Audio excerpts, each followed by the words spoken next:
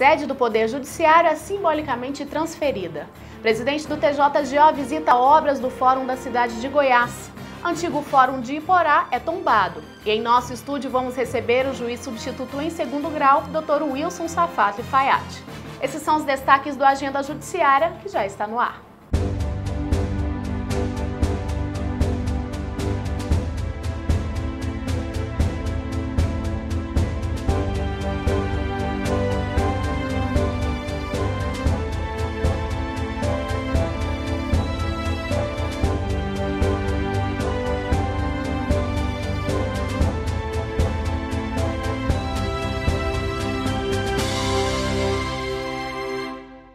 A sede do TJGO foi simbolicamente transferida para a cidade de Goiás. Acompanhe.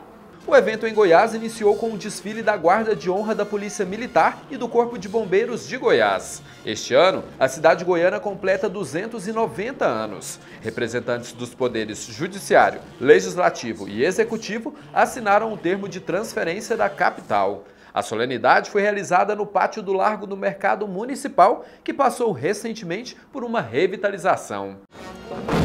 Também participa do desfile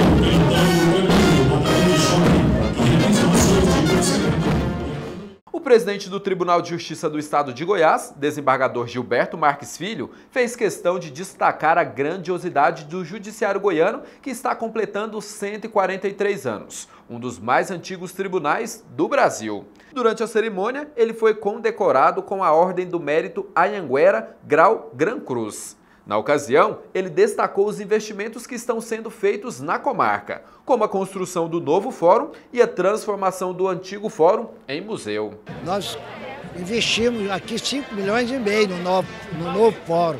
O que eu anunciei, além dessa conclusão dessa obra, é a reforma do nosso fórum antigo, histórico, né, lá na Praça do Rosário, que vai se transformar no Museu do Poder Judiciário.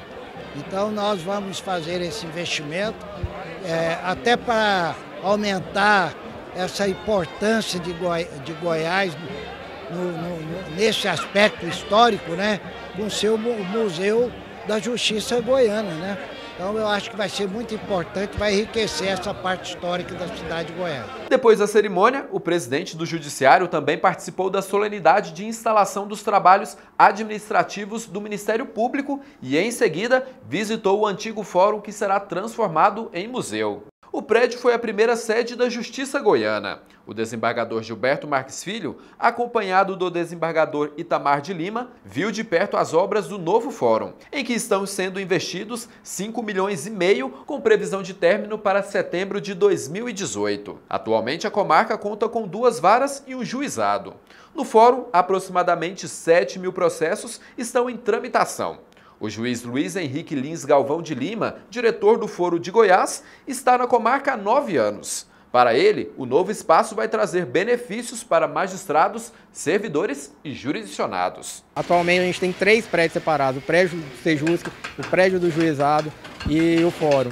A gente vai ter a unificação de todos esses espaços aqui, garantindo realmente a facilitação para os advogados, para os membros do Ministério Público e até para a própria população. Todos vão se dirigir para uma unidade só e vai ter o tratamento completo, né, a resolução completa das suas necessidades num só ambiente. O antigo fórum da comarca de Iporá foi tombado e agora presta homenagem ao pai do presidente do TJGO. Foram quase 40 anos de história nesse prédio que fica no centro de Iporá.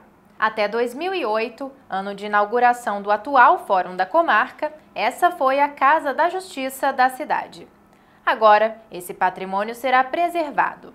Por iniciativa do prefeito local, o lugar foi reformado e tombado.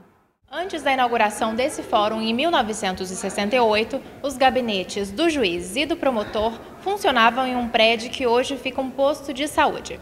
As escrivanias funcionavam em casas alugadas que ficavam em toda a cidade. Foi esse fórum aqui responsável pela reunião de todas essas unidades judiciárias. O seu Antônio é advogado há 41 anos e tem muitas lembranças do lugar. Para ele, o cuidado com um prédio tão significativo para o Poder Judiciário local contribui para a preservação da história da cidade.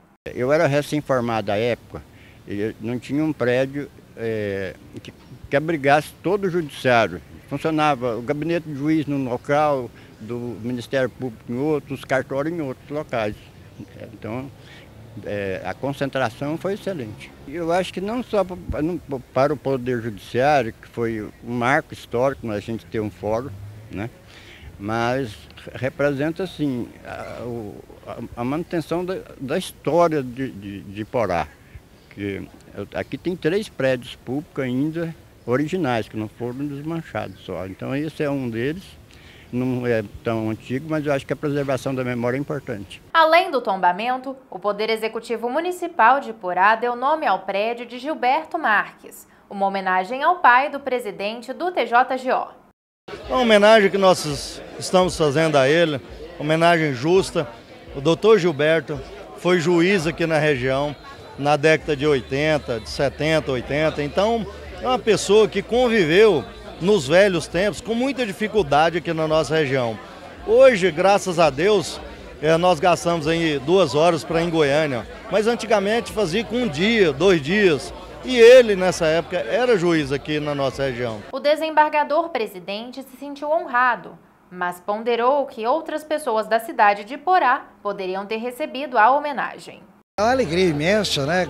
Também não deixa de ter uma ponta de preocupação, porque Iporá tem tantas pessoas importantes que passaram por aqui, uns já falecidos, outros já aí ainda vivos, né? Que poderia estar nominando aí o nosso antigo fórum. Mas, de qualquer forma, optaram pelo nome do meu pai e a alegria é imensa. Participaram da solenidade de inauguração do tombamento e nomeação do antigo fórum, autoridades políticas, a família de Gilberto Marques, juízes da comarca local e vizinhas. Na ocasião, também foi inaugurada uma galeria de fotos com os juízes que já passaram pela comarca. A memória da população e até mesmo o passamento de várias pessoas que fizeram parte do Poder Judiciário acaba se esvairindo, né? Acaba ficando para trás, e o registro desse marco, que é o resgate do Fórum Antigo, que é a restauração, possibilita que o registro do Poder Judiciário nessa cidade, para a população, para as futuras gerações, possa conseguir compreender um pouquinho da história do que foi o Poder Judiciário, que hoje está em novas instalações, mas que outrora foi desenvolvido seus trabalhos nesse ambiente. E no próximo bloco vamos receber o juiz Wilson Safatli Fayad. Ele vai falar sobre o uso de tornozeleiras eletrônicas. É daqui a pouco.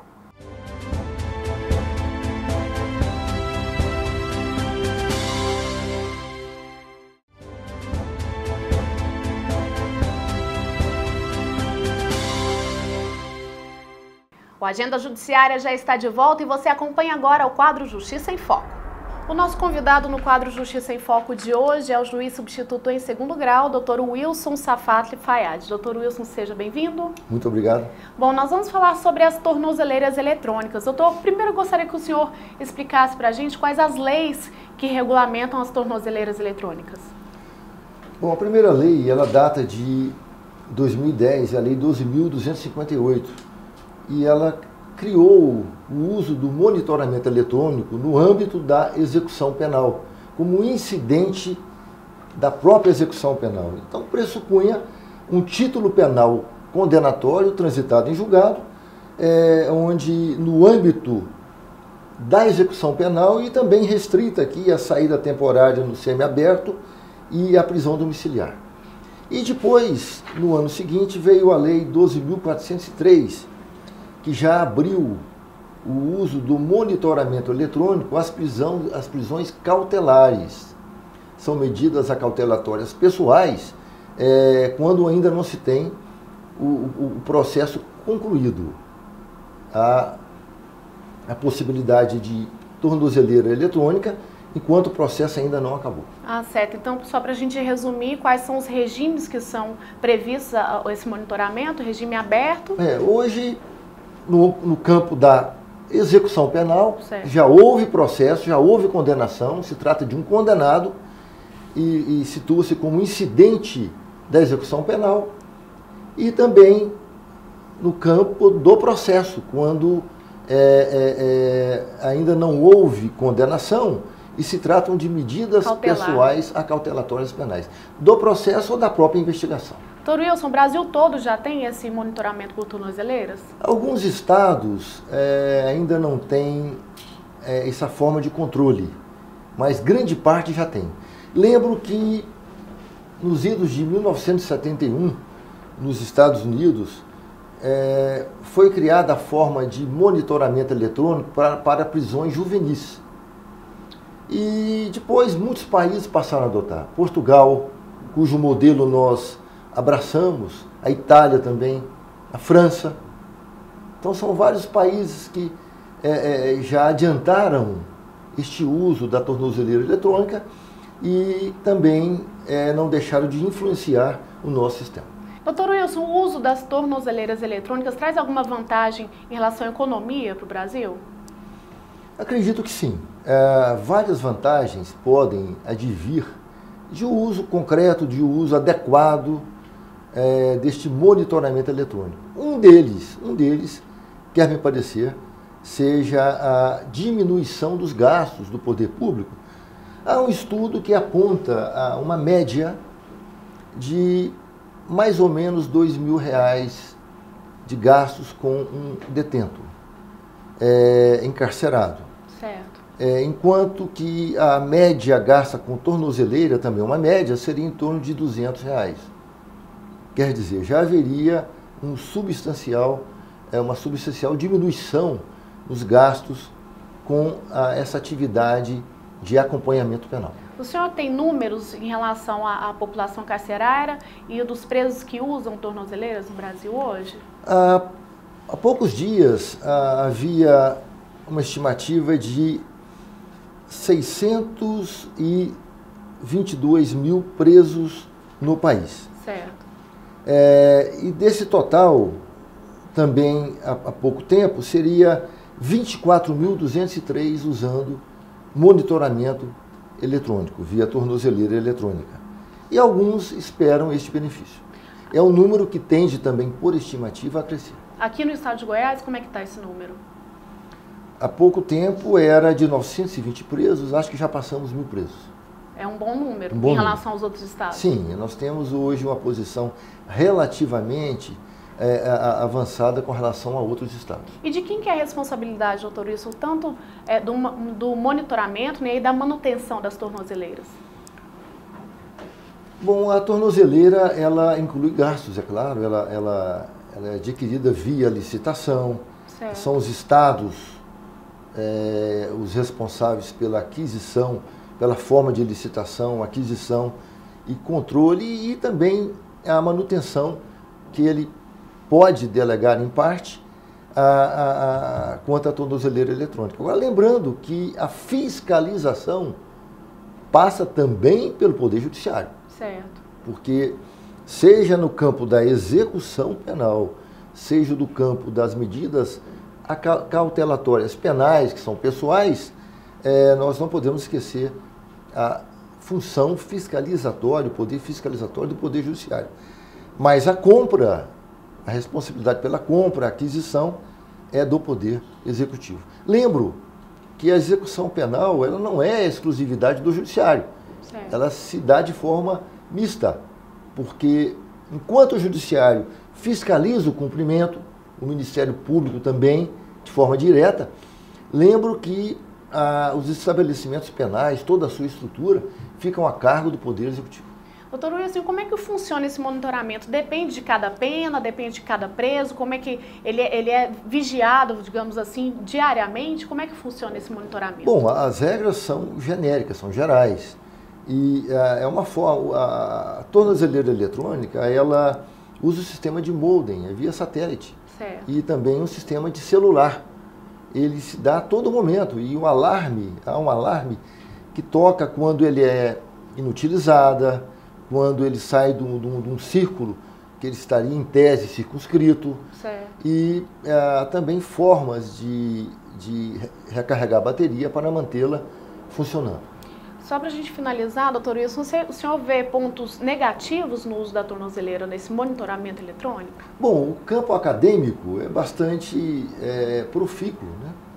E há várias críticas também, porque de uma forma ou de outra não deixa de estigmatizar aquele que usa o aparelho, porque fica visível.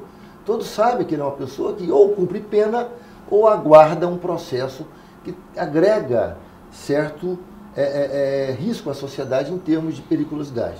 Sim. Então estigmatiza, mas os benefícios, a meu ver, suplantam esse lado negativo. Os principais, o senhor falou já, o lado econômico, o né? Lado econômico, e a redução o lado também. individual, a individualidade daquele que cumpre a medida fica mais resguardada, ele evita contato carcerário com aqueles que, em tese, têm mais ou teriam mais periculosidade dentro do presídio. Aquela história, né, de talvez um preso entra e acaba saindo pior, né, justamente por esse contato, né? Haveria muito mais preservação do seu lado individual e até da sua formação. A meu entender, facilitaria aquele que quer voltar ao convívio normal, facilitaria muito a sua reintegração plena na sociedade. Esses pontos positivos suplantam os negativos. Certo. Tudo bem, doutor Wilson, obrigada por ter vindo aqui, esclarecido esses fatos com a gente. Sou eu quem agradece. Obrigada, esse foi o Justiça em Foco de hoje. Até o próximo. Confira agora a agenda do Judiciário Goiano para os próximos dias.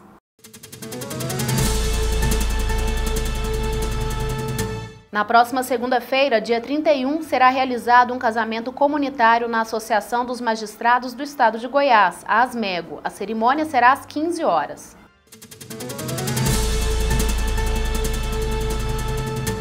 O Agenda Judiciária faz mais um intervalo. Não saia daí, voltamos já.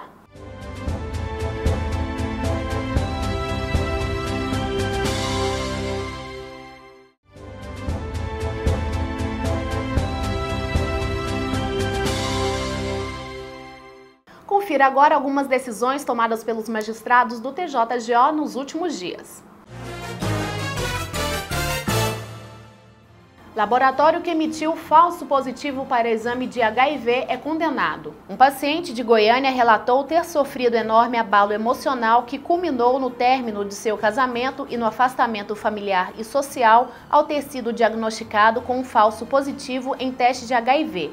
A falha foi descoberta depois que ele procurou um infectologista para iniciar o tratamento e repetiu o exame em outros 2 laboratórios, todos com resultado negativo. Por causa disso, ele acionou o laboratório Núcleo, responsável pelo primeiro teste, e conseguiu o direito à indenização por danos morais, arbitrada em R$20 mil. A decisão é da 6ª Câmara Civil do TJGO. Criança que se feriu durante reforma de muro será indenizada.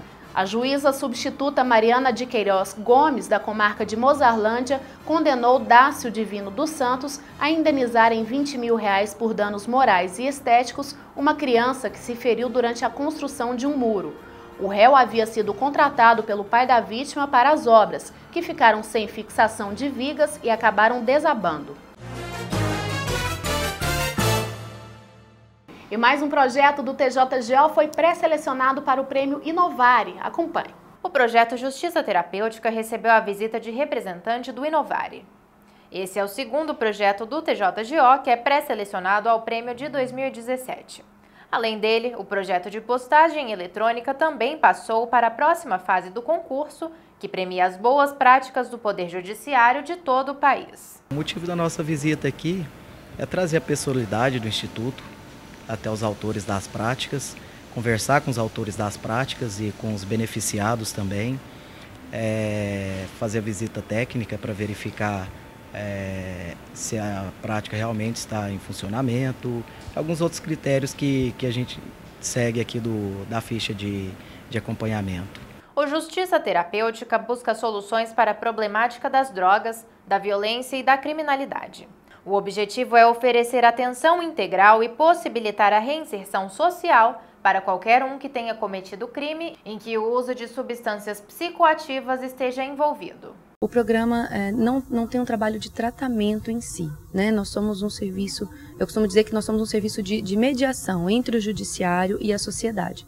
Então, para isso, nós levantamos e mapeamos uma rede, né, a rede social disponível das políticas públicas específicas e redes parceiras, para que a gente possa oferecer a esse participante, quando ele chega aqui, ele tem o nome de participante, condições de alcançar esse lugar na sociedade. O nosso trabalho aqui é um trabalho de acolhimento, reflexão, autorresponsabilidade e educação para que ele consiga ser inserido e permanecer nessa rede, na criação de vínculos sociais, profissionais e familiares. Idealizado pela juíza Maria Umbelina Zorzetti, o Justiça Terapêutica foi criado em 2010. O encaminhamento dos pacientes pode ser feito pelo juiz, pelas demais equipes psicossociais da Justiça Criminal ou voluntariamente, desde que haja um processo criminal. Os números que a gente tem do programa são bastante animadores. Nesses quase 7 anos de atuação, foram mais de 3.200 pessoas atendidas, incluídas no programa. Nós temos uma adesão que flutua entre 55% e 61% a cada mês, né? Nós fazemos esse levantamento. E o dado para a gente mais relevante é que 84% das pessoas que aderem e cumprem regularmente o programa não se envolvem em novas ações penais.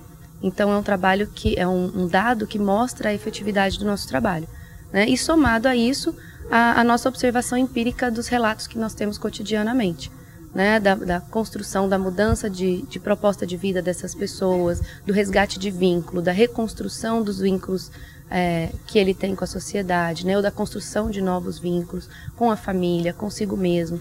Nós trabalhamos nos eixos de empregabilidade, cultura e autocuidado. Então, sempre focado em como ele vai alcançar esses três eixos. Vamos ver agora as oportunidades de cursos e concursos no Poder Judiciário.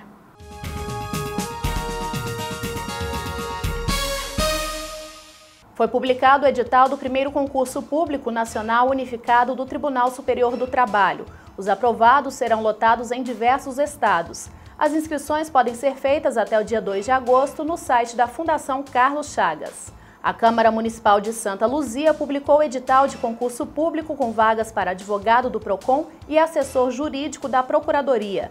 As inscrições poderão ser feitas entre 7 de agosto e 7 de setembro no site da Fundação Mariana Rezende Costa. A comarca de Itaguaru possui uma vaga para assistente administrativo. É necessário ser bacharel em Direito e ter disponibilidade para residir na cidade.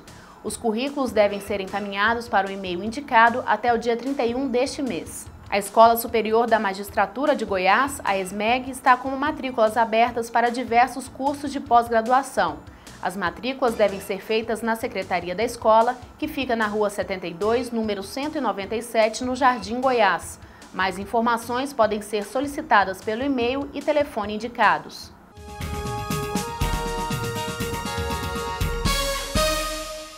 E fica por aqui mais uma edição do Agenda Judiciária. Obrigada pela companhia, uma ótima semana para você e até o próximo programa.